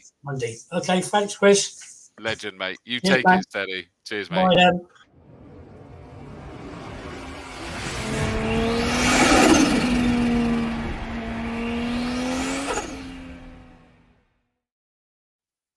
Thanks, Tim. I think that sums it up. Thanks, Les. We'll see you Monday. You legend. Absolutely. Legend, Les. There's no question about it. Let me just very quickly wrap up because I know that I've made this show go on a long time, but I think you'll all agree it was worth it. 2 great conversations. Ian Sowman, that many of you have heard commentating at the circuit, and it was nice to not only preview the 750 stuff, but actually find out about Ian Sowman. Many of you won't know what the person was all about, and to hear some of his history. And I still think I only scratched the surface with Ian as well, in all honesty. And as for Legend Les, there was no question, and that could have gone on for an awful lot longer, and there's a lot of stories yet to be told. But very quickly, the final thing is that, of course, I've covered the 750 stuff, but we do have our own championships, 2 of them this one. We've got the Formula Fords and the GTs. In the Formula Fords, we've, of course, got the usual suspects of Felix Fisher and Luke Cooper. As you'd expect, they're going to be there. Tom Hawkins, Robert Hall, Stephen Billett's back out in a Class A car run by Wiltshire College and University Centre. Good to see Stephen back out again. Tom Radburn, Alicia Hamlin, Alex Walker, Stephen Bracegirdle, Bob Hawkins. They're all out in Class A. Class B, Vincent J, Nathan Ward, Sean Macklin and Sam Street. So hopefully we've got 4 cars out in Class B there. That would be cool. Class C, Thomas MacArthur, Richard Earl, David Cobbold and Dane Catanzaro. And then we got Sam Mitchell in Class D. In terms of the championship standings in the Formula Fords at this stage, it is actually Rory Smith that's leading the way with 80 points. But Rory's not here for this one at the moment. We'll wait and see how that goes. But as it stands, he's not actually down to be racing. Felix Fisher in second, Luke Cooper in third, and Rob Hall, of course, another past champion, don't forget, he's sat 4th in the championship at the moment. Rob Hall is out. Felix and Luke, we know, will be there. So that'll be entertaining. Double header for the Formula Fords. The GTs, we've got Dylan Popovich in his Ginetta G50. Still swear that guy's getting quicker and quicker in that car. Keith Butcher in that wonderful Lamborghini Huracan Evo GT3. A guy that I've known for many, many years now, and his family. Simon Griffiths is coming out to play in his Ginetta G55 GT4 car. This is brilliant. I know him from when he was racing in the Caterham Graduates, of which will be joining us later this year, by the way, the Caterham Graduates Championship. But Simon's got this Ginetta G55 this year, something a little bit different. He raced in Legends a little bit last year a few times. He's now out in this G55, and he's been doing a number of things. And I love it that in the GT Championship WhatsApp group is that he said that it's me that has always said about how good the GT racing is at Castle Combe, and that he's bringing it out to play. And he messaged me before I even saw he was on the entry list to say that he was out. And I cannot wait to see Sowman. Let him develop, because he's still getting used to that car, but it's going to be great to see a lovely looking car and getting quicker and quicker. We've got the Ultima Evo coming out with Mark Sear. How cool is that? So the 7-litre Ultima Evo is coming out to play. Doug Watson, of course, in that really quick Ferrari 488 Challenge. He has really settled into that car brilliantly. Martin Thomas coming out in a Ginetta G55. Chris Everall, another Ginetta G55. Jordan Billington in his Lamborghini Gallardo. David Graham in a Ginetta G50 GT3 car. All in Class A. Class B, another new driver, Tom Walpole, in his KTM Evo GT4. Look forward to seeing that. It's a turbocharged beast. We've got Keith Johnston in his Ginetta G50, Tim Bishop in the Caterham 7, Josh Smith.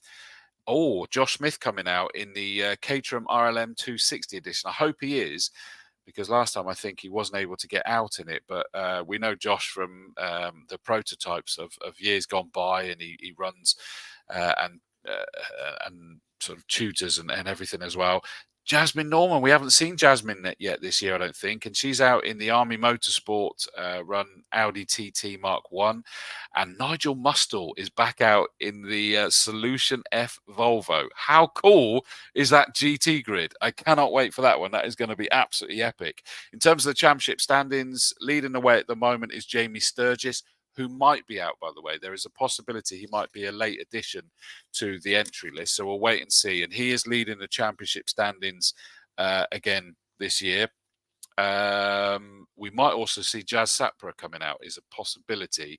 So we'll wait and see how that one's going to play. Keith Butcher's actually second in the championship standings on 13 points compared to Jamie's 14.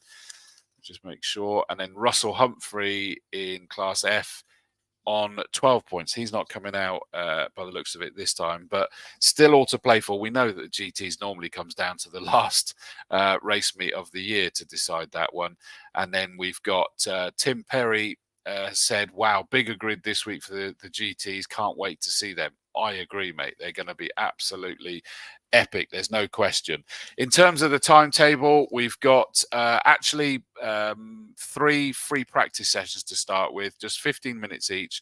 GTs in free practice 1, 750 Motor Club, whatever of those choose to go out in session 2. And then we've got the Formula 4s, because, of course, the single-seaters can't go out as a free practice and everything else.